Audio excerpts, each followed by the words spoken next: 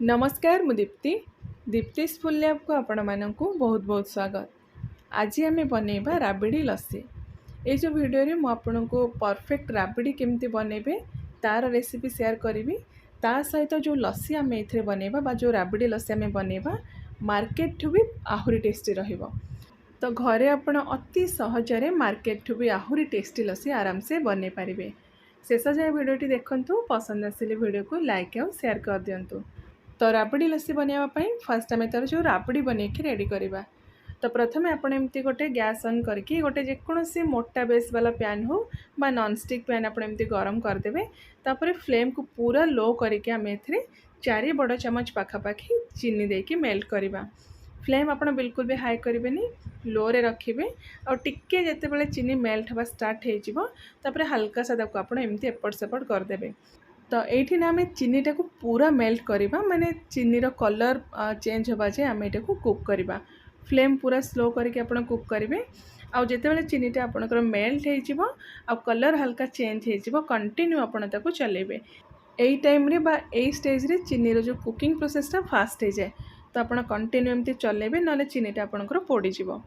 आउ जिते चीनी पूरा मेल्ट हो कलर टिके डार्क पलि आसो बा डार्क कलर टिके आसीजिवो, तुरंत आपन से अधा कप पाखापाखि क्षीर मिक्स करेंगे। तो ये जो आप क्षीरटा ए मिक्स करेंगे ना, कंचा क्षीर भी नहीं पारे ना क्षीर को आगु सीझे फुटेकी आप ऐड करेंगे। तो एबे आम ए 1 लीटर क्षीर मिक्स करके ताको बॉयल करवा। ये आप फुल क्रीम मिल्क भी नहीं पारे ना जो क्षीरटा आप घरे यूज कर क्षीर राबड़ीटा को बन पारे।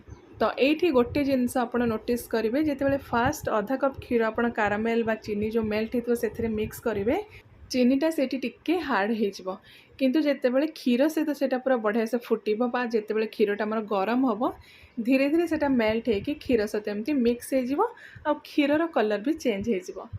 तो ये देखो क्षीरटा पूरा बढ़िया से फुटुची आ सहित क्षीर कलर भी ये चेंज हो जाए, हल्का ब्राउन कलर पड़े आसी। तो यही प्रोसेस रे जदि आप राबड़ी बनइबे ना, राबड़ीर टेस्ट सहित तार कलर भी बहुत बढ़िया आसीबो। तो एबे आम क्षीरटा को पूरा बहलिया हवा जाए कुक करवा।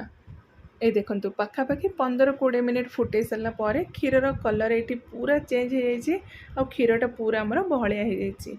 तो यही स्टेज रे आम गैस फ्लेम को बंद करदे।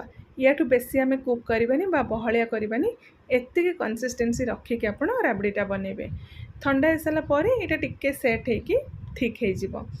तो ये गैस फ्लेम को आम बंद करदे और ये जो राबड़ीटा को पूरा ठंडा हाँपाई छाड़ीदे।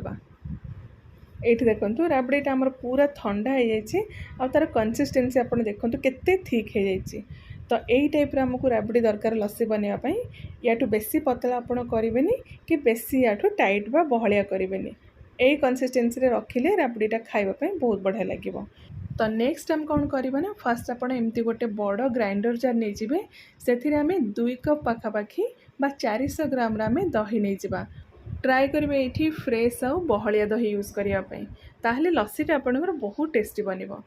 तो नेक्स्ट आम ऐड करवा 1 कप ठंडा क्षीर। क्षीर को आप आगु सीझे बॉयल करके ठंडा करके फ्रीजर बा फ्रिज रे रखिदेवे। से क्षीरटा को आप यूज करेंगे।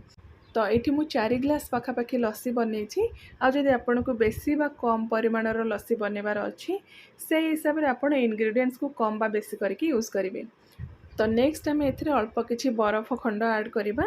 बरफ खंड जदि आप ऐड करने को चाहूना तो कौन करेंगे ना, जो क्षीर आप सीझे फ्रिज रे ठंडा करेंगे, क्षीरटा को आप फ्रिजर रे रखिकी पूरा सेट करदे आ से बरफ वाले क्षीरटा को आप यूज करेंगे। तो एबे आम ए मीठापाई चीनी ऐड करवा। मुझे बुरा यूज करी, आप चीनी को गुंड करके डायरेक्ट आप गोटा चीनी भी ये यूज करेंगे। जी आपको मीठा दरकार आप यूज करेंगे। तो नेक्स्ट आम ऐड करवा 5-6 ड्रॉप पाइनएप्पल एसेंस।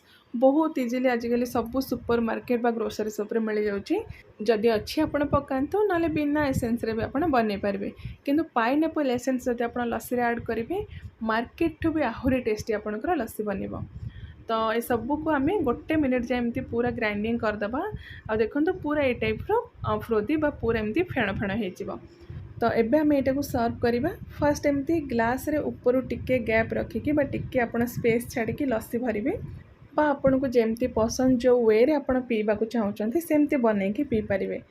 एमती फास्ट आपण ग्लास रे लस्सी भरिकी ता ऊपर भी राबड़ी दे पारिबे नले फास्ट ग्लास रे आपण राबड़ी देके ता ऊपर आपण लस्सी देके पी पारिबे। किंतु फास्ट आम ये ग्लास रे लस्सी भरदबा आ ता ऊपर एमती फ्रेश नड़िया को ग्रेट करके बा कोरिकी देदबा। आ नड़ियाटा जदि आपणकर ये नरम होइथिबो ना खाइबा पई बहुत बढ़िया लागिबो। तो नड़िया दे सारा पर ता ऊपर आम राबड़ी 1 ରୁ 2 चामच लेखा देदबा बा ग्लास रो कैपेसिटी देखिके एमती 1 ରୁ 2 चामच लेखा ता ऊपर आपण राबड़ी देदेबे। और राबड़ी दे सारा पर आम 1 चामच लेखा देदबा बॉर्नविटा पकेले यार टेस्टा बहुत बढ़िया आसीबो। तो ये मो हिसाब रे गार्निश करके सर्व करिछि। आपण आपणक हिसाब रे जेमती आपनको पसंद से हिसाब रे गार्निश करके सर्व करि परिबे। तो पूरा लास्ट रे आउ गोटे चामच राबड़ी देकी ता ऊपर अल्प किछि ड्राई फ्रूट्स रोज सिरप और चेरी रे गार्निश करदबा। बहुत टेस्टी लगिबो। और थरे जदि आपण एमती घरे बने के लस्सी पीबे ना मार्केट रो लस्सी पीबा पई बिल्कुल भी पसंद करिवेनी। तो निश्चय थरे ट्राए करंतु। आशा करूची रेसिपीटी पसंद आसथिबो। मो आउ थरे गोटे नुआ रेसिपी नेके आसीबी। Till then take care and bye bye.